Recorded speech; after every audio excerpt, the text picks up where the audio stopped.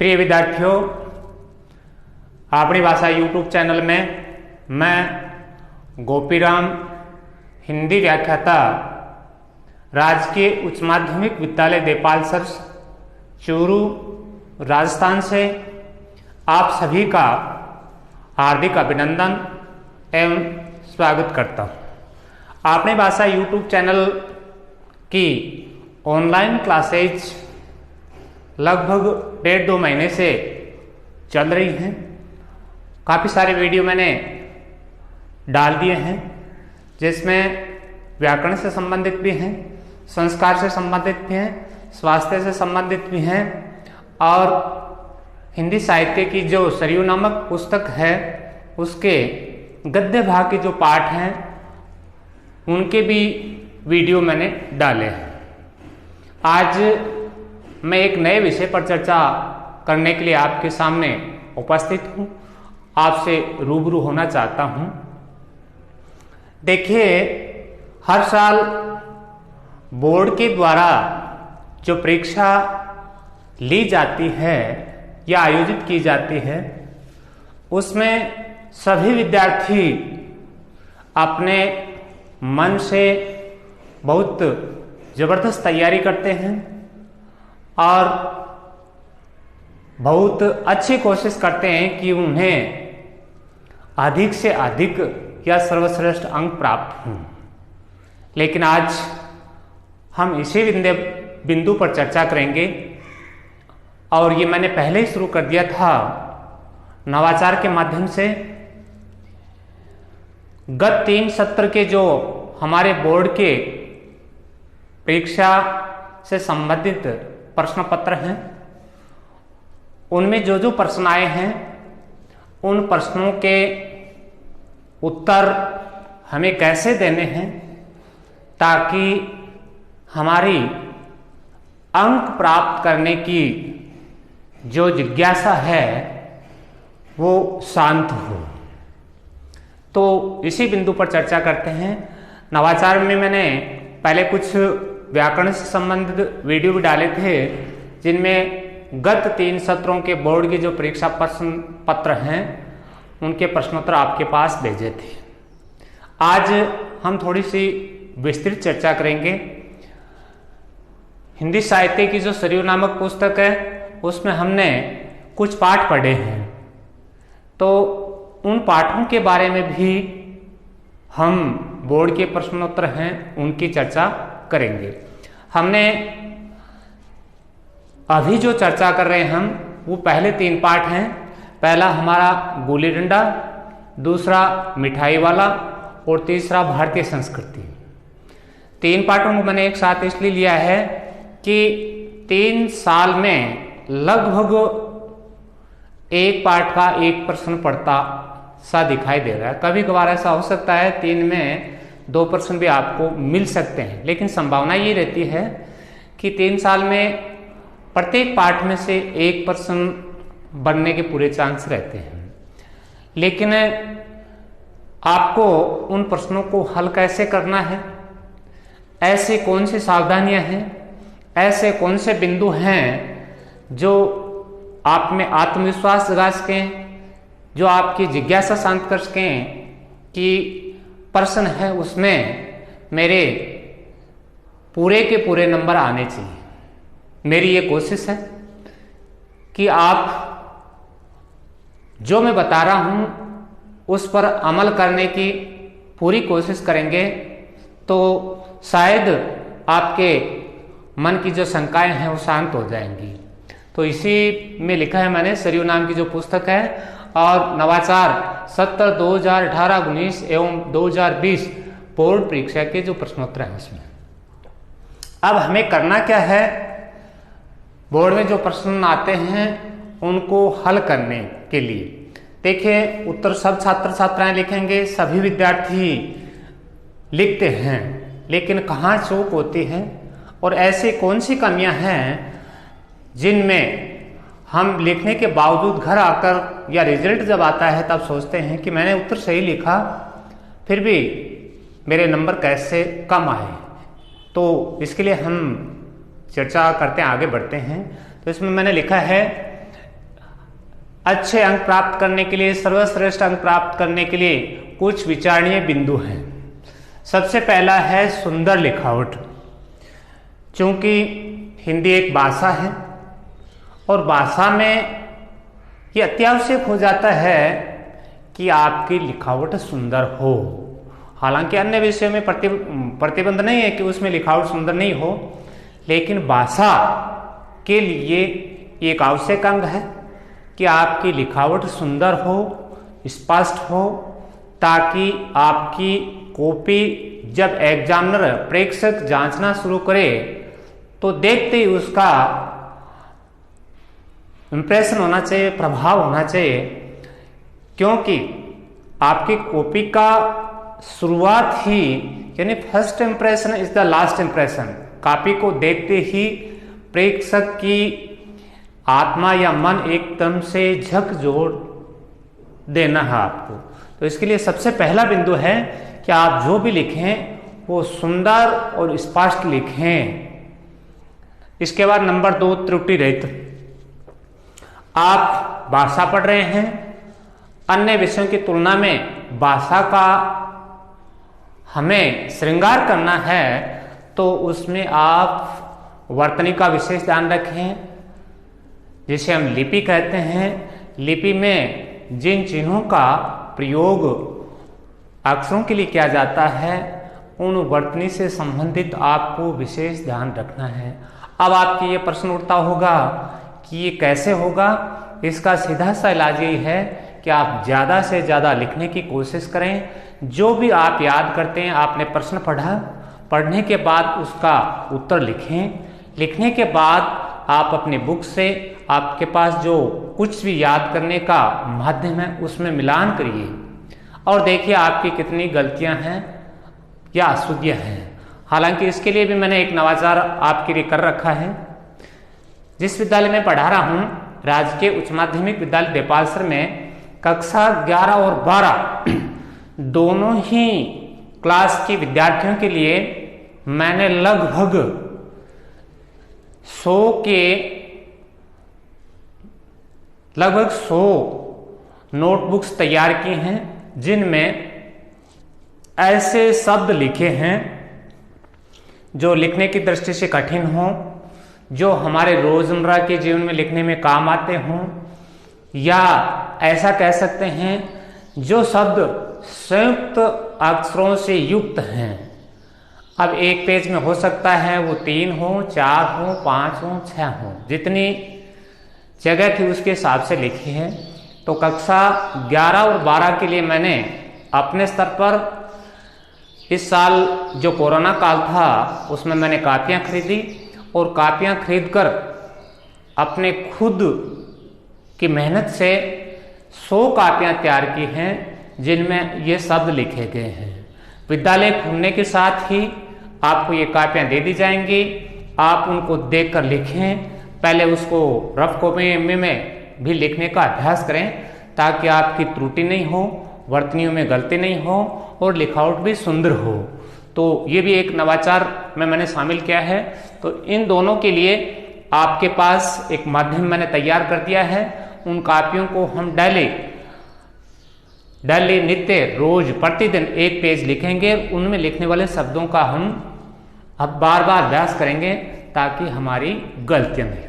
त्रुटि के बाद अगला है काट छांट नहीं। ओवर राइटिंग बिल्कुल नहीं होनी चाहिए। ये भी आपको अभ्यास बार बार करना है कि आपने पेन जहां से लिखने के लिए टिकाया शुरू किया, और जब तक आपने कॉपी का अंतिम शब्द नहीं लिखा, तब तक आपकी कॉपी में कहीं ओवर राइटिंग नहीं होनी चाहिए। ओवर राइटिंग मतलब बार बार काट कर लिखोगे तो इससे प्रेक्षक के मन में गलत भावना होगी कि बच्चे को अच्छी तरह से याद नहीं है। इसलिए ये भी आपको अभी लंबा समय आपके पास है। कोशिश ये करें कि काट छांट बिल्कुल भी नहीं हो। इसके बाद प्रश्न के उत्तर की जो आप भाषा लिखते हैं वो सार गर्भित होनी चाहिए। आपको प्रश्न में पूछा क्या गया है उस बिंदु पर आपका ध्यान केंद्रित होना चाहिए। ये नहीं कि गुल्ली डंडा वाला पाठ का प्रश्न है और आपने कथा लिखनी शुरू कर दी। तो प्रेक्षक उसको नहीं पढ़ेगा। आप चाहे सही लिखी गलत हो सकता है, आपने बड़ा लिखा, पाठ का एक तरीके से वर्णन किया, उसमें कहीं उत्तर छिपा हो, लेकिन ऐसा नहीं होगा कि आपके उस बड़े लिखे हुए में से वो उत्तर छांटे।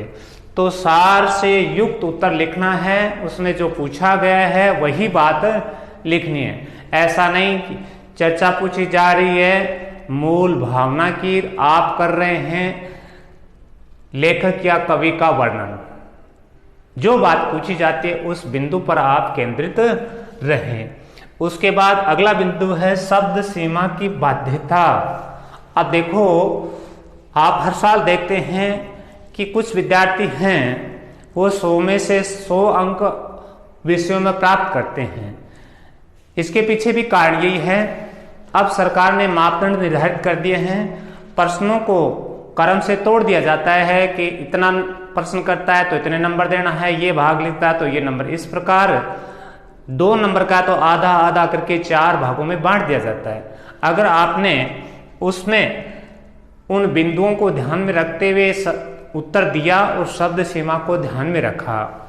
अब शब्द सीमा के लिए क्या मापदंड है, आपकी जो कॉपी है उस कॉपी में लगभग हम ऐसा मानते हैं कि 8 से 10 शब्द आते हैं।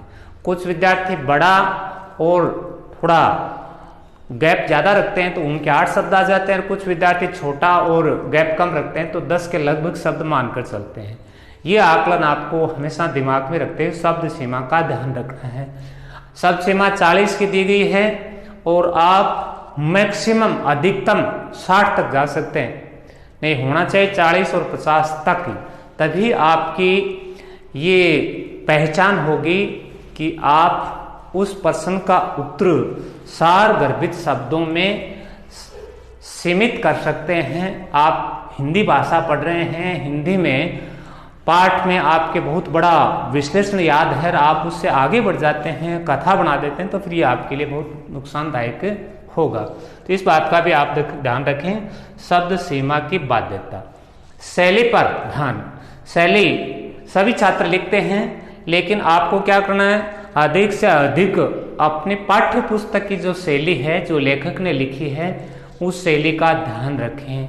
उसके बाद पास बुक्स अगर आप पढ़ते हैं तो उसमें पढ़ी हुई जो बातें हैं या जो कुछ पढ़ा है उसकी जो शैली वो आप अपने शब्दों में लिखना सीखें, या उस शैली को आप पाठ्य पुस्तक तक ले जाने की कोशिश करें, न कि उन पास बुक्स की जो शैलियाँ हैं वो आप रट कर लिखें। आप पढ़ें, आप याद करें, उसके बाद उस शैली का रूपांतरण अपने शब्दों में करना सीखें। और ये सारा सब कुछ होगा जब आप पढ़ेंगे, याद करेंगे, लिखेंगे और फिर उसका मिलान करेंगे तब। इसलिए शैली का भी ध्यान रखें।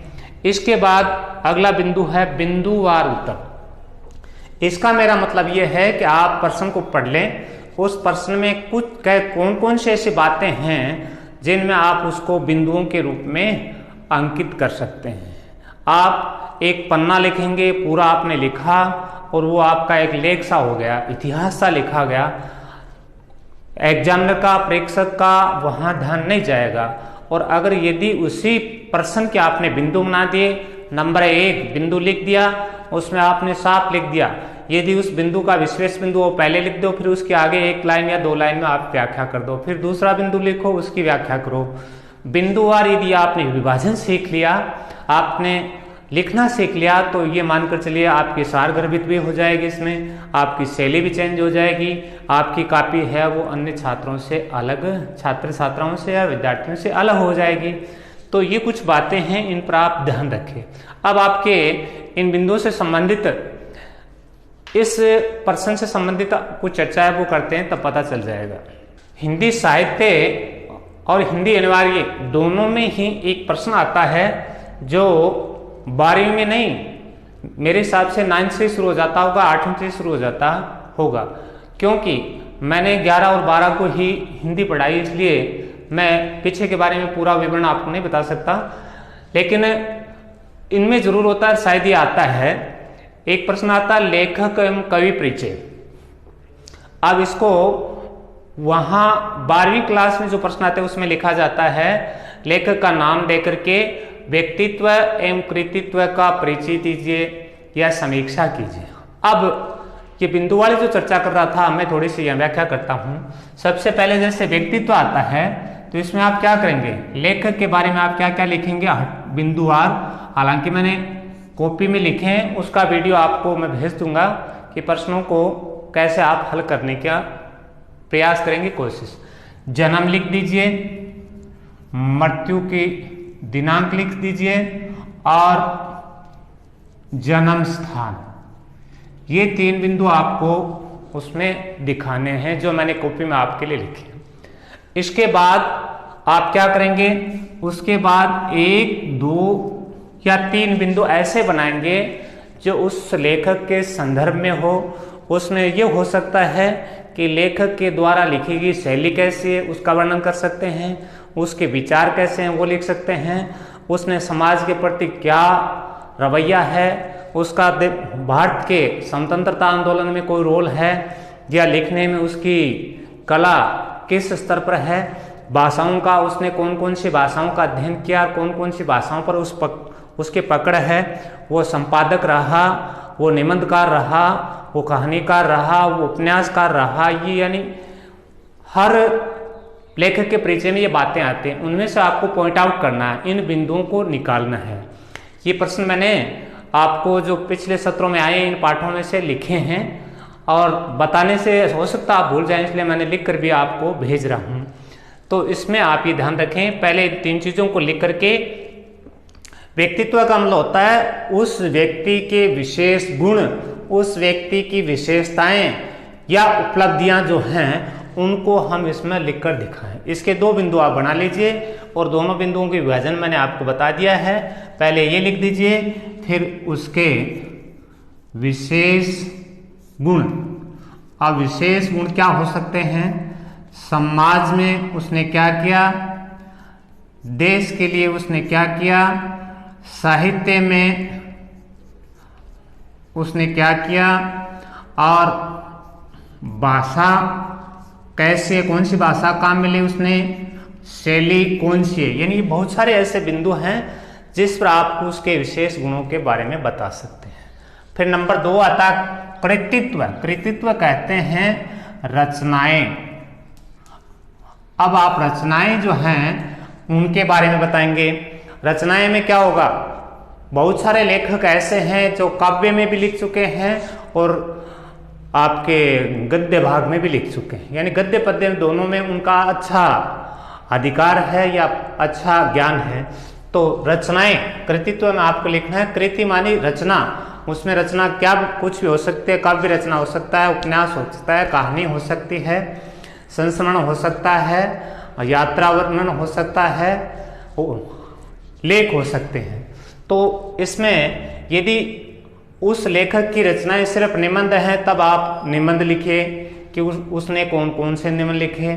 यदि जैसे प्रेमचंद है, प्रेमचंद से संबंधित इसमें आया था, मैंने लिखा है, उसमें लेखक कुछ लेखक ऐसे होंगे जो कहानी भी लिखेंगे, तो आप उसमें क्या लिख देंगे, पहला बिंदु जैसे लिखा कहानी, अब उसमें कहानी उसकी कौन सी वो लिख दो। फिर उपन्यास, उपन्यास कौन से वो लिख दो। निबंध कौन से हैं ये बिंदु बनाना आपको। और उसके बाद यदि कोई यात्रा वर्णन या संस्मरण, गद्य विद्याएं बहुत सारी हैं, इनमें से कोई सी भी हटकर है तो आप उसमें लिखें। ये लिखने के बाद यदि वह लेखक या कवि कोई सम्मान प्राप्त करता है तो अंतिम बिंदु आपको ये भी लिखना है। मैंने आप जो को कवि परिचय भेजे हैं उनमें जिन लेखकों को विशेष रूप से सम्मानित किया गया, सम्मान दिया गया, उनके बारे में लिखा। तो इस प्रकार एक तो हो गया व्यक्तित्व है, दूसरा होगा कृतित्व है, और उसके बाद तीसरा बिंदु आप एक निर्माण और कर सकते हैं, सम्मान यदि मिला है। यदि इस प्रकार आपने कवि परिचय दे दिया तो उसके जो नंबर है उसमें आपके कहीं भी कटने की संभावना नहीं है। अब ये जो 3 पार्ट हैं वो बोर्ड परीक्षा में जो प्रश्न हैं उनमें थोड़ा सा मैं शॉर्ट में बताऊंगा, आपके पास वीडियो आ जाएगा। पहला जो हिंदी साहित्य का सरयू का पहला पार्ट था गुल्ली डंडा, उसमें लेखक प्रेमचंद के व्यक्तित्व व कृतित्व पर टिप्पणी लिखिए। ये मैं आपको अच्छी तरह से बता चुका हूँ और आपके पास जो कॉपी में नोटबुक में लिखा है वो भी आ जाएगा। अगला प्रश्न जो मिठाई वाला है उसमें आपको एक प्रश्न पूछा गया है, मिठाई वाला कहानी के प्रमुख पात्र की चरित्रगत विशेषताएं लिखिए या चरित्र चित्रण कीजिए। तो इसमें ये थोड़ा बड़ा प्रश्न था इसलिए मैंने उसके कुछ पॉइंट हैं वो पॉइंट बना दिए हैं, पॉइंट पर आपको लिखना है। मिठाई वाले कहानी का मुख्य पात्र मिठाई वाला है, उसके चरित्र की प्रमुख विशेषताएं निम्नलिखित हैं। ऐसा लिखने के बाद बिंदु तो बहुत हैं, 4 बिंदु लिखे मैंने। स्नेही एवं वात्सल नंबर 2 है, मन का सुख नंबर 3 है, व्यापार का बहाना और नंबर 4 है सद्व्यवहार। इस बिंदुओं को आप लिख करके और फिर आप आगे लिखें। यदि आपके बिंदु सही हैं, व्याख्या में कहीं थोड़ी बहुत कमी रह जाती है तो भी आपका काम चल जाएगा। इसी प्रकार अगला है, मिठाई वाला कहानी बाल मनोविज्ञान के विविध कोणों को स्पष्ट करती है, इस कथन को स्पष्ट कीजिए। यदि आप पाठ के पाठसार को पढ़ेंगे तो यह जो पहली लाइन प्रश्न की जो लाइन है वो एज इट उसमें दी गई है, आपको वहीं से प्रश्न की शुरुआत करनी है। उसके बाद इस पाठ में मिठाई वाले ने किस प्रकार बच्चों के साथ व्यवहार किया, तीनों बार जब आया बच्चों की उनके साथ कैसे भावनाएं थी, किस प्रकार के उनके रोल थे, किस प्रकार के उनकी भाव भंगिमाएं थी, उनके बारे में आपको वर्णन करना है। और इसी प्रकार भारतीय संस्कृति, इसमें आपका एक प्रश्न है, बाबू गुलाब राय के व्यक्तित्व और कर्तृत्व पर टिप्पणी लिखिए, जो अभी हम चर्चा कर चुके हैं। आपके पास लिखे हुए जो प्रश्नोत्तर हैं वो आपको वीडियो के माध्यम से भेज दिए जाएंगे। अब देखिए हमने एक अच्छी चर्चा की है, आप इस पर पूर्ण रूप से ध्यान देकर इनकी समीक्षात्मक एक तरीके से अपने दिमाग में बैठाएं समीक्षा करते हुए और फिर इस प्रकार प्रश्नों के उत्तर लिखना सीख लीजिए। तो आपको जो सर्वश्रेष्ठ अंक प्राप्त करने के आपके मन की जो जिज्ञासा है वो निश्चित रूप से शांत हो जाएगी। फिर भी यदि कोई समस्या रहती है तो हम लगातार वीडियो आगे पढ़ते रहेंगे, भेजते रहेंगे, एक दूसरे से जुड़े रहेंगे। तो आज ये नवाचार का जो गद्य भाग का पहला भाग मैंने शुरू किया है, जिसमें 3 पाठ शामिल किए हैं। तीनों पाठों में जो गत सत्रों के प्रश्न आए हैं उन प्रश्नों को उत्तरों को मैंने लिखा है और नोटबुक में तैयार किया है। इस नोटबुक का वीडियो भी आपके पास आ जाएगा। आशा है, पूर्ण विश्वास है इन बिंदुओं पर आप पूर्ण ध्यान देंगे और ध्यान देने के साथ साथ नोटबुक के जो वीडियो है उससे आप अपनी कॉपी में प्रश्नोत्तर लिखेंगे। लिखने के बाद आप उस पर गहन विचार करेंगे कि मुझे भी प्रश्न लिखना ऐसा, प्रश्न के उत्तर ऐसा लिखना है, इसके प्रति आप दृढ़ संकल्प हों और समर्पित हों, तभी आप बोर्ड परीक्षा में अच्छे अंक प्राप्त कर सकेंगे। आज के इस जो नवाचार का बिंदु है इसको हम विराम देते हैं। आप सभी को बहुत बहुत धन्यवाद।